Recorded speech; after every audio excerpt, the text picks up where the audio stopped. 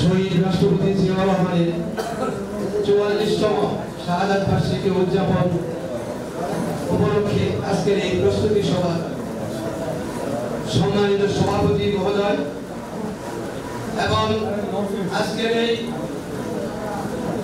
মত বিনিময় সভায় প্রধান অতিথি হিসেবে উপস্থিত আছেন ত্রিশাল বিএনপি ঐক্যের প্রতীক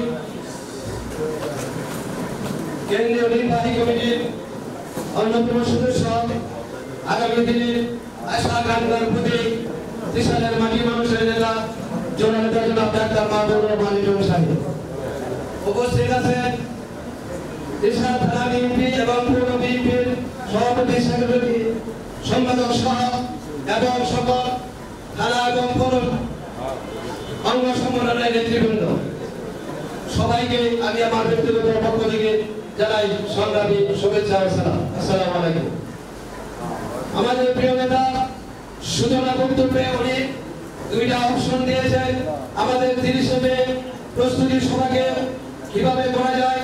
তবে আমার প্রস্তাবনা হলো এখানে আমরা বিগত দিনে 70 বছর আমরা ছোট আকারে প্রোগ্রাম করেছি। আমরা মানে কোনো মানুষকে জানান দিতে পারে নাই শহীদ রাষ্ট্রপতি জিয়াউর রহমান আমাদের কেমন রাষ্ট্রপতি ছিল এই প্রজন্মের নেতারা হয়তো অনেক লোক জানে না। সেই জন্য আমি আমার প্রস্তাব রাখছি যে ত্রিশাল এবং থানা পৌর বিএনপি এবং সকল পর্যায়ের নেতৃবৃন্দ সমন্বয়ে জননেতা জনাব ডাক্তার মাহবুবুর রহমান লিটন সাহেবের নেতৃত্বে ত্রিশাল নজরুল কলেজ কিংবা নজরুল একাডেমি মঞ্চে একটা বড় আকারে আলোচনা সভা এখানে করে সবাই যাতে জানতে পারে জিয়াউর রহমান সম্বন্ধে আমাদের বক্তব্যের মাধ্যমে আমাদের নেতৃবৃন্দের বক্তব্যের মাধ্যমে জিয়াউর রহমান আমাদের কেমন রাষ্ট্রপতি ছিলেন এই প্রস্তাবনা রাখছে।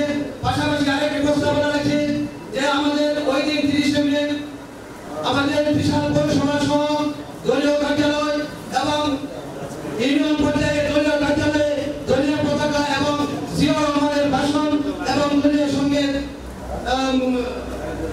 আয়োজন করার জন্য আমি এই প্রস্তাবনা রাখছি। পরিশেষে আমাদের নেতা জননেতা জনাব ডাক্তার মাহবুবুর রহমান লিটন সাহেব যে দিক নির্দেশনা দিবেন সেভাবে আমার ওয়ার্ড থেকে এবং পৌর বিএনপি থেকে আমরা সর্বোচ্চ পর্যায়ে প্রোগ্রামকে সাফল্যমণ্ডিত করব এই আশাবাদ ব্যক্ত রেখে আমি আমার সংক্ষিপ্ত বক্তব্য শেষ করছি। আল্লাহ হাফেজ। বাংলাদেশ জিন্দাবাদ। বাংলাদেশ জাতীয়তাবাদী দল জিন্দাবাদ। শহীদ রাষ্ট্রপতি জিয়াউর রহমান অমর হোক। খালেদা জিয়া জিন্দাবাদ। আগামী দিনের রাষ্ট্রনায়ক তারেক রহমান জিন্দাবাদ। ত্রিশালের প্রিয় নেতা জনাব ডাক্তার মাহবুবুর রহমান লিটন ভাই জিন্দাবাদ।